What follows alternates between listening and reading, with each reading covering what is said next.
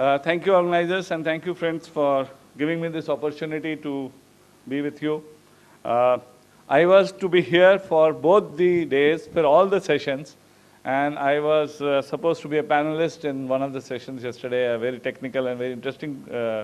I missed because we had suddenly had a assembly session called on an urgent basis, so I missed everything, and I'm going to miss the two sessions.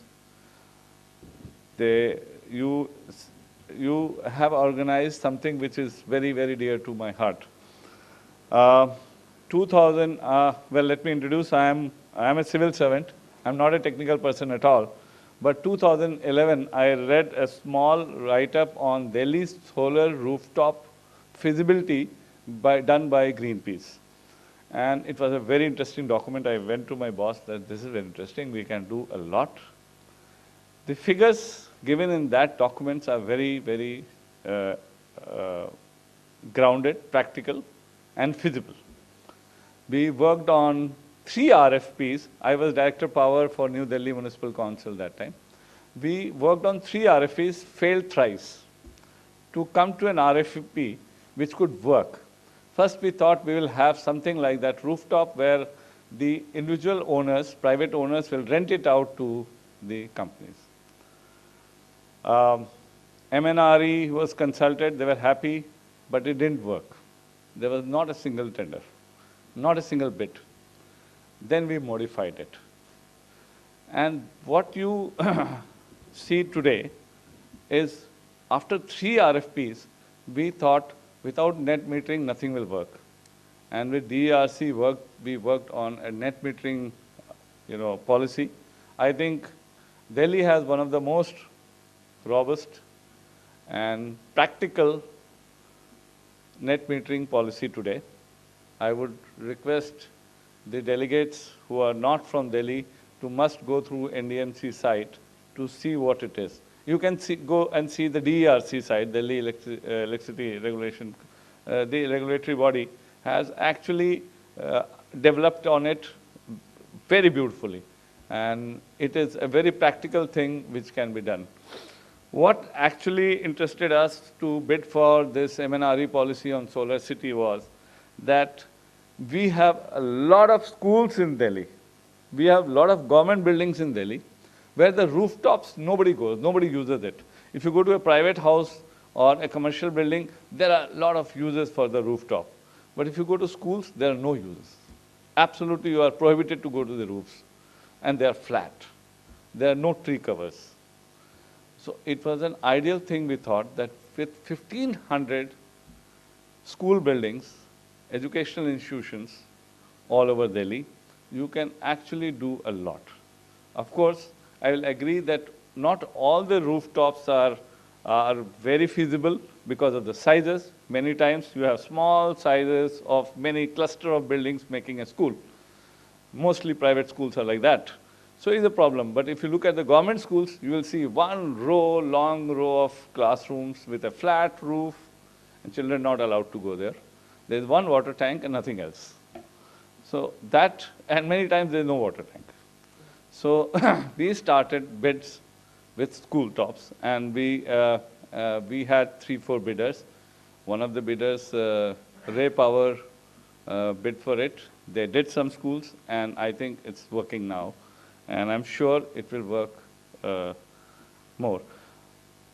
The Greenpeace report, what excited us was that if you look at the private buildings, schools, hospitals, offices, the scope in Delhi was tremendous.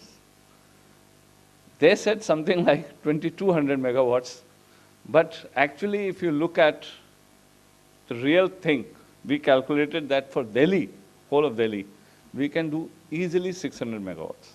If you take metros, we take metro lines particularly, now they are working on it, SECI is on this, and it will work. The RESCO model will actually work in these institutions which have long roofs, and you have a flat surface, you don't have a green cover over it.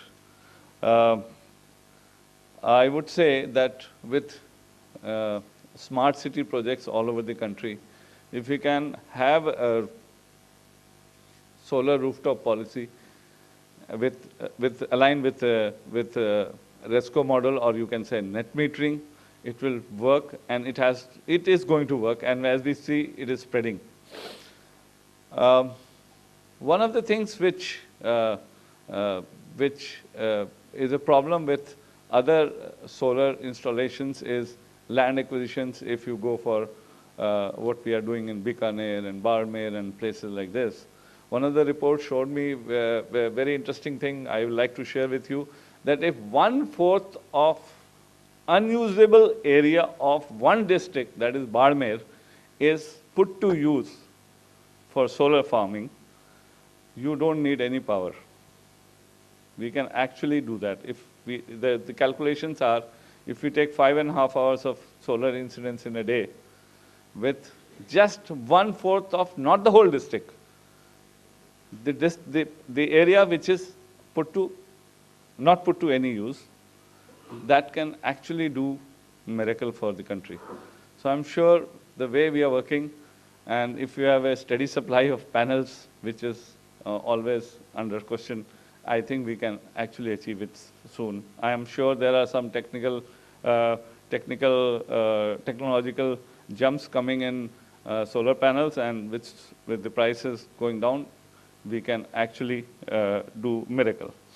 I am very sure with next 10, 15 years, at least they say that 15 years down the line from now, we will not use any carbon fuel, and I pray that we do it. I am also will like to share with you, of course, solar and rooftop is one thing.